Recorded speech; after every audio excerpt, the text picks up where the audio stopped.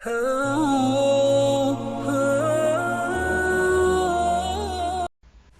زکوٰۃ کے جتنے فقہی احکام و مسائل ہیں الحمدللہ یہ صحیح الاسناد احادیث سے ثابت ہیں اور اکثریت پر اجماع امت ہے، اور جب اجماع امت کسی مسئلے پر ہو تو اس سے کتاب و سنت سے دلیل کی ضرورت نہیں رہتی، کیونکہ اجماع خود بہت بڑی دلیل ہے۔ اس قرآن پاک کی واحد اتھینٹسٹی اجماع امت ہی تو ہے کہ امت نے عملی تواتر کے ساتھ اس کتاب کو نقل کیا ہے۔ اجماع کے حوالے سے میری ایکسکلوسیو گفتگو ہے، مسئلہ نمبر 31 کے نام سے 40 منٹ کی گفتگو، اس میں میں نے اجماع کی حجیت اور اس کی 17 مثالیں بھی بیان کی ہیں۔ میں نمونے کے طور پر 2 احادیث بیان کر دیتا ہوں جو میں نے اس میں بھی بیان کی۔ پہلی حدیث موقوفاً امیر المؤمنین سیدنا عمر ابن خطاب رضی اللہ تعالیٰ عنہ کا مبارک قول ہے۔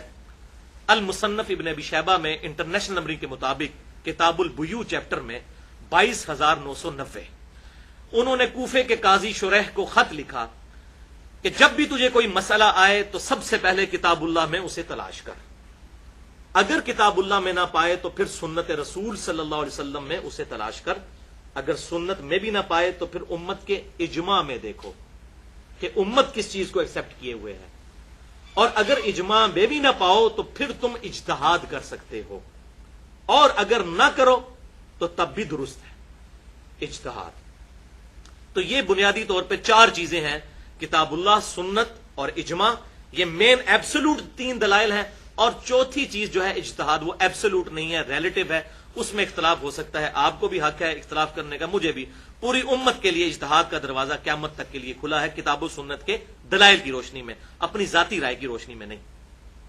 بہرحال اسی طریقے سے المستدرک للحاکم میں صحیح سند کے ساتھ انٹرنیشنل نمبرنگ کے مطابق کتاب العلم چیپٹر میں 399 نمبر حدیث ہے، آپ صلی اللہ علیہ وسلم نے ارشاد فرمایا، اللہ تعالیٰ میری امت کو کبھی بھی گمراہی پر جمع نہیں ہونے دے گا، جماعت پر اللہ کا ہاتھ ہے۔ یہ اکثر جو ہماری یہ مختلف جماعتیں اور پارٹیاں یہ حدیث پیش کر رہی ہوتی ہیں، جماعت پہ اللہ کا ہاتھ ہے، تو وہ اپنی جماعت بتا رہے ہوتے ہیں۔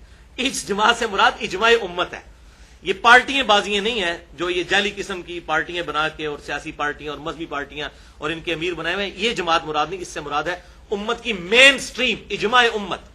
میری امت کبھی گمراہی پر جمع نہیں ہوگی، جماعت پہ اللہ کا ہاتھ ہے۔ تو اس جماعت سے مراد ہے امت کی پوری اجماعی جو تھاٹ ہے، اس کو اجماع کہا گیا۔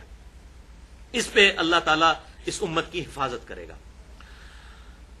یہ 17 کا عدد میں نے ڈیڈکٹ کیا ہے کہ دن رات میں فرض نماز کی جو رکعتیں ہیں وہ 17 ہیں، جس پہ اہل سنت اور اہل تشیع کا اجماع ہے، 2 فجر کی، 4 ظہر کی، 4 عصر، 3 مغرب اور 4 عشاء، یہ جو 17 فرائض بنتے ہیں اس کی نسبت۔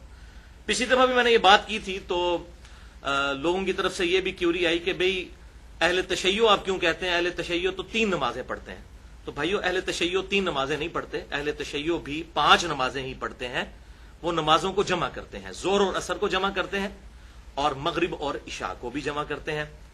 تو جہاں تک سفر کا معاملہ ہے، بخاری اور مسلم میں درجنوں احادیث موجود ہیں کہ آپ صلی اللہ علیہ وسلم سفر میں ہمیشہ ظہر اور عصر کو جمع کرتے تھے، اور مغرب اور عشاء کو، اسے ظہرین اور مغربین کہا جاتا ہے۔ لیکن ایک حدیث ایسی ہے جو صحیح مسلم میں 3-4 طرق اس کے آئے ہیں، انٹرنیشنل نمبر کے مطابق 1629 نمبر اور 1633 نمبر، جس پہ امام نووی نے صحیح مسلم میں باب بھی باندھا ہے کہ سفر کے علاوہ حضر میں بھی، عام حالات میں بھی نمازیں جمع کی جا سکتی ہیں۔ لیکن یہ اہل سنت کے لوگ چھپاتے ہیں، کیوں؟ وہ کہتے ہیں گھاٹے ہی نہ فٹ ہو جائے، پھر تو شیعہ سے دلیل پکڑیں گے۔ بات اہل سنت اہل تشیع کی نہیں، بات امام کائنات سید الاولین والآخرین شفیع المذنبین رحمت للعالمین سیدنا و مولانا امام اعظم محمد رسول اللہ صلی اللہ علیہ وسلم کی مانی جائے گی۔ فرقہ واریت کی لعنت کو چھوڑیں، فرقہ واریت کو 3 طلاقیں دے کے 4 تکبیریں پڑھ کر دفنا دیں، تب یہ باتیں سمجھ آئیں گی۔ تو میں نے نمبر بتایا صحیح مسلم 1629، 1633۔ ابن عباس رضی اللہ تعالیٰ عنہ کہتے ہیں کہ نبی صلی اللہ علیہ وسلم نے ہمیں مدینہ شریف میں بغیر خوف کے، بغیر بارش کے اور بغیر سفر کے ظہر اور عصر کی نماز جمع کروائی۔ پہلے 4 فرض ظہر کے پڑھے، پھر 4 عصر کے جماعت کے ساتھ، اور پھر مغرب اور عشاء کی جمع کروائی، 3 مغرب کے فرض اور 4 عشاء کے۔ اب جب یہ انہوں نے بات کی ابن عباس رضی اللہ تعالیٰ عنہ نے، تو ظاہر ہے کہ آگے سب کے لیے پریشانی تھی. تو یہ حدیث جو تابعی بیان کرتے ہیں وہ ہیں سعید ابن جبیر رحمت اللہ علیہ، المتوفى 96 ہجری. جب انہوں نے یہ حدیث بیان کی، ابن عباس کے شاگرد تھے، تو ان کے آگے سے شاگرد جو ہیں وہ تبع تابعی ابو زبیر پوچھتے ہیں کہ سعید ابن جبیر یہ آپ کیا کہہ رہے ہیں؟ آپ صلی اللہ علیہ وسلم نے عام حالت میں بھی نمازوں کو جمع کیا؟ تو انہوں نے کہا ہاں، میں نے بھی یہی سوال حضرت عبداللہ ابن عباس سے پوچھا تھا کہ یہ آپ کیا کہہ رہے ہیں کہ آپ صلی اللہ علیہ وسلم نے ظہر اور عصر کو اور مغرب اور عشاء کو عام حالت میں بھی جمع کیا تھا، تو کیوں کیا تھا؟ تو حضرت عبداللہ ابن عباس رضی اللہ تعالی عنہ نے فرمایا آپ صلی اللہ علیہ وسلم نے یہ اس لیے کیا تھا تاکہ امت کے لیے نمازوں کے معاملے میں کوئی تکلیف نہ باقی رہے، آسانی پیدا ہو جائے.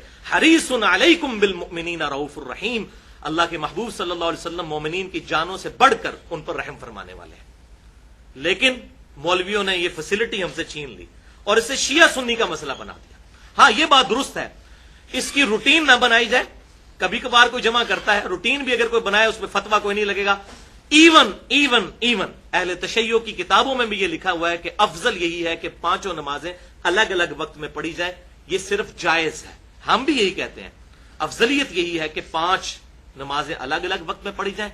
لیکن اگر کوئی ان کو جمع کر لیتا ہے، فجر کو الگ پڑھتا ہے، ظہر اور عصر کو جمع کرتا ہے اور مغرب اور عشاء کو، تو یہ بالکل اہل سنت اور اہل تشیع کا اس پر بھی اجماع ہے. یہ میں نے حوالہ اس حوالے سے کلیئر کر دیا کیونکہ یہ کافی سارے اس پہ کامنٹس لوگوں کے آ رہے تھے. میں نے کہا کہ اسے شروع میں ہی میں کلیئر کر دوں.